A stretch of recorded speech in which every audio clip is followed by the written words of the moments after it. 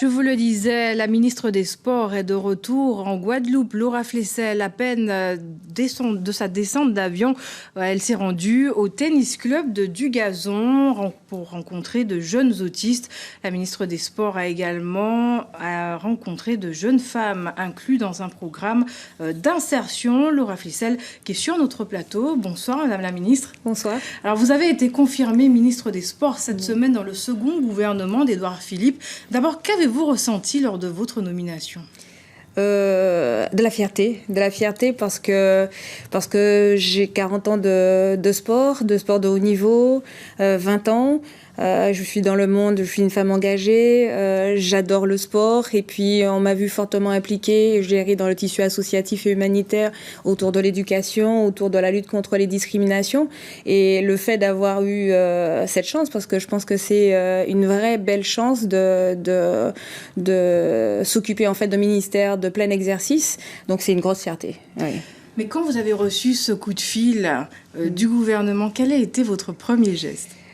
Alors, je me suis demandé si c'était pas une blague. Ça, c'était la première chose, parce que tout le monde supputait.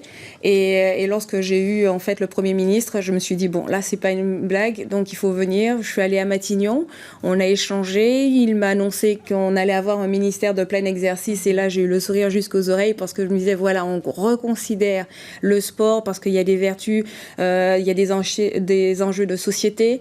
Ce n'est pas que du sport de haut niveau, c'est aussi en fait du sport santé, du sport cancer. Pour lutter contre le cancer. Voilà, j'ai été ravie. Et après, il m'a annoncé que j'étais en fait dans une shortlist.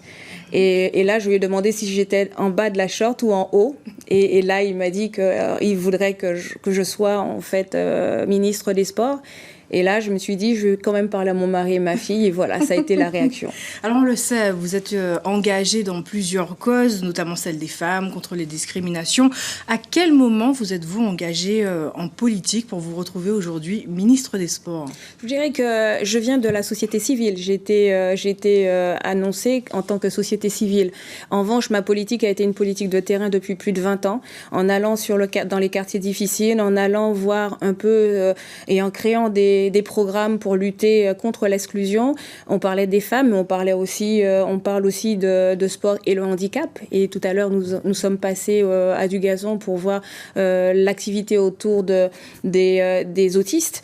Voilà, je pense que je l'avais en moi. Aujourd'hui, c'est une responsabilité et je prends aussi en tant que telle, parce que c'est une vraie responsabilité que d'amener du sport dans la société pour faire reculer le taux de mortalité, d'obésité, pour lutter contre les maladies chroniques. On va y venir de ce rôle du sport dans la société, mais quelles seront vos priorités pour le sport en Guadeloupe ?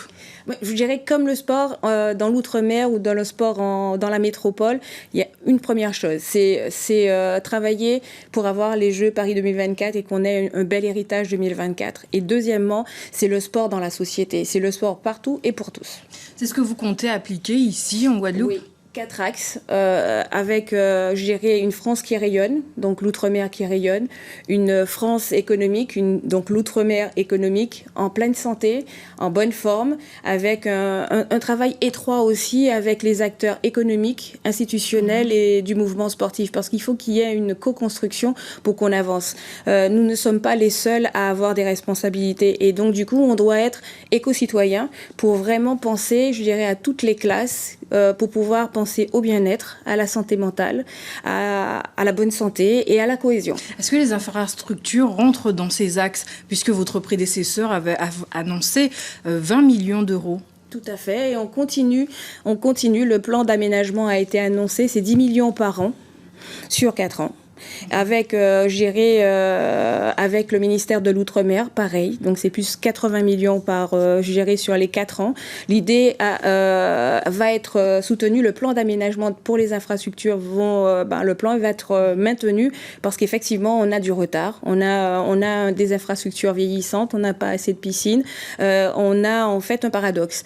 On a une île très sportive avec des champions, enfin, une île de champions. Et de l'autre côté, on a une une recrudescence en fait de la sédentarité et des maladies chroniques. Donc du coup, il faut réguler, harmoniser pour avancer. Alors on y vient à ce rôle du sport. Qu'apporte selon vous le sport à la société et notamment à une île comme la Guadeloupe?